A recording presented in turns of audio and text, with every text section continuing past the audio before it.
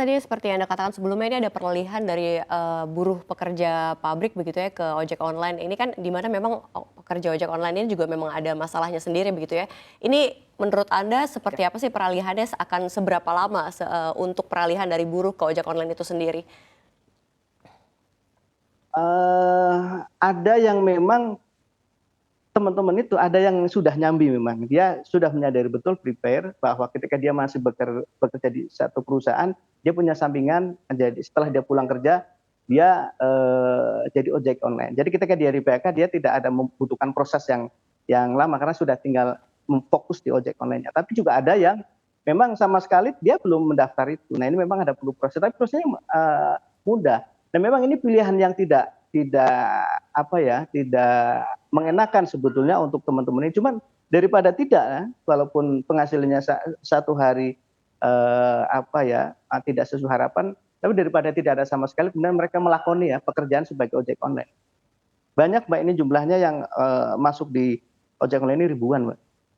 Baik, artinya dengan peralihan ini bisa dikatakan, memang pengangguran ini bisa dikatakan agak berkurang atau seperti apa?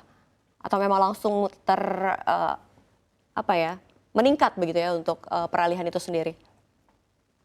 Kalau sepengamatan kami ya, kami kan punya juga data, misalkan ada anggota kami nih, ini saya cerita data yang kami punya saja.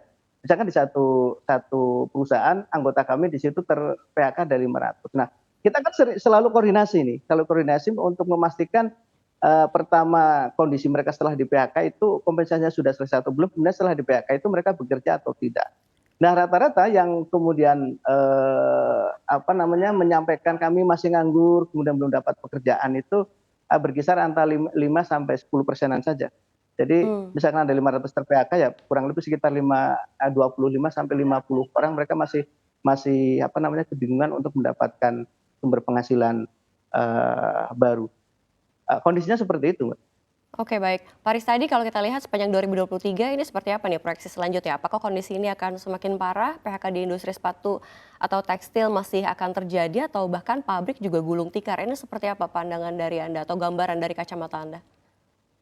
Nah, kalau kalau secara global ini sebetulnya kan demand-nya kan sudah mulai bagus, sudah mulai meningkat ya, meningkat. Ini, BPS kemudian, pemerintah kan menyampaikan bahwa nilai ekspor kan nilai nilai ekspor sepatu kan meningkat.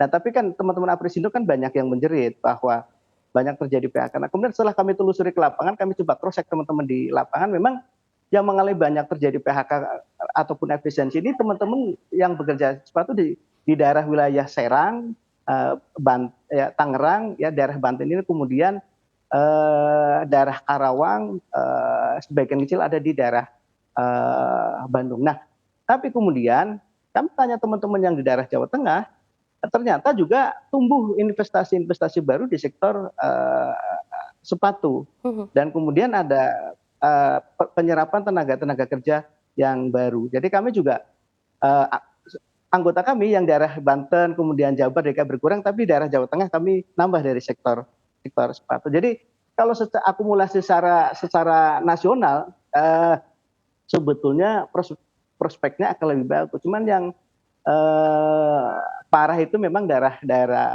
Banten, kemudian pinggiran Jawa Barat yang berbatasan dengan, daerah Jakarta.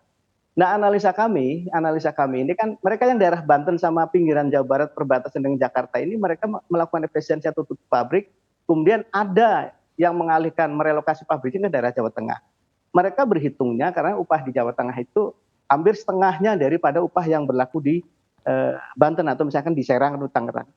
Jawa Tengah itu kan upah minimumnya yang, 3 jutaan itu kan hanya daerah kota di kota Semarang.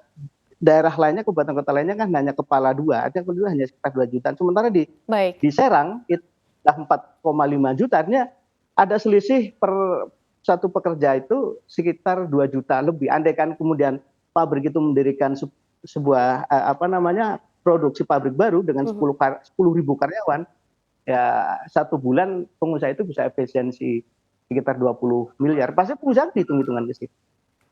Oke baik.